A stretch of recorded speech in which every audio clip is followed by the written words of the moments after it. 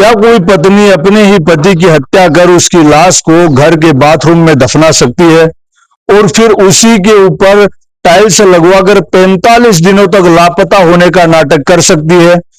दिल दहला देने वाली ये सनसनीखेज वारदात सामने आई है आगरा से, जिसने हर किसी के होश उड़ा दिए हैं। नमस्कार, मैं शुभम कुमार शर्मा, आप देख रहे हैं नमस्ते भारत। यह खौफनाक मामला आगरा के सिकंदरा क्षेत्र का है। मूल रूप से भरतपुर के रंजीत नगर के रहने वाले 44 वर्षीय सुरेंद्र कुमार शर्मा अपनी ही पत्नी रूबी, 2 बेटियों और बुजुर्ग के साथ यहां रहते थे। साल 2010 में दोनों की शादी हुई थी। सब कुछ सामान्य चल रहा था, लेकिन अचानक बीती 18 मई से सुरेंद्र लापता हो गए। इसके बाद 26 मई को रूबी ने खुद थाने जाकर उनकी गुमशुदगी की रिपोर्ट दर्ज करवाई। हालांकि सुरेंद्र के भाई अनिल शर्मा को शुरू से ही भाभी रूबी की हरकतों पर शक था। अनिल के मुताबिक 18 मई को रूबी का फोन आया कि घर पर पुलिस की दबिश पड़ रही है, तुम माँ और बच्चों को यहाँ से ले जाओ।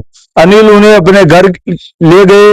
कुछ देर बाद रूबी भी यहाँ पहुंच गई और कहने लगी कि सुरेंद्र 4-5 दिन में लौट आएंगे। दिन बीतते गए, पुलिस सीसीटीवी खंगालती रही, लेकिन सुरेंद्र का कोई सुराग नहीं लगा। लेकिन इसी दौरान घर के अंदर सबूत मिटाने का एक बड़ा खेल खेला जा रहा था। आरोपी पत्नी रूबी ने पति की हत्या करने के बाद उसके शव को बाथरूम के फर्श के नीचे गड्ढा खोदकर गाड़ दिया। साजिश को मुकम्मल करने के लिए उसने बकायदा राजमिस्त्री और मजदूरों को बुलाया, गड्ढे में मिट्टी डलवाकर प्लास्टर कराया और ऊपर से नई टाइल्स लगवा दी। बाथरूम इतना सामान्य दिख रहा था कि कोई अंदाजा भी नहीं लगा सकता था कि इसी बाथरूम में टाइल्स के नीचे एक लाश दफन है। लेकिन पाप का घड़ा आखिर कब तक नहीं भरता। शुक्रवार की सुबह इस मर्डर मिस्ट्री में एक सनसनीखेज मोड़ आया। रूबी ने खुद सुरेंद्र के भाई अनिल को घर बुलाया।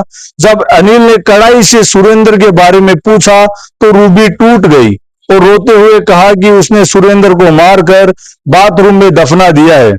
सूचना दी गई, पुलिस मौके पर पहुंची। बाथरूम के फर्श को खोदा गया। 1.5 महीने बाद फर्श के नीचे से सुरेंद्र का कंकाल बरामद हुआ।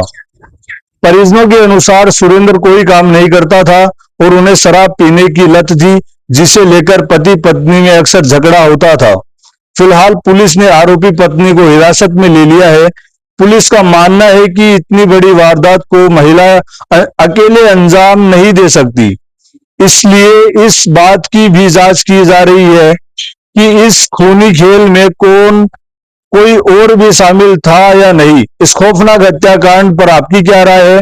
नमस्कार, मैं शुभम कुमार शर्मा, आप देख रहे हैं नमस्ते भारत।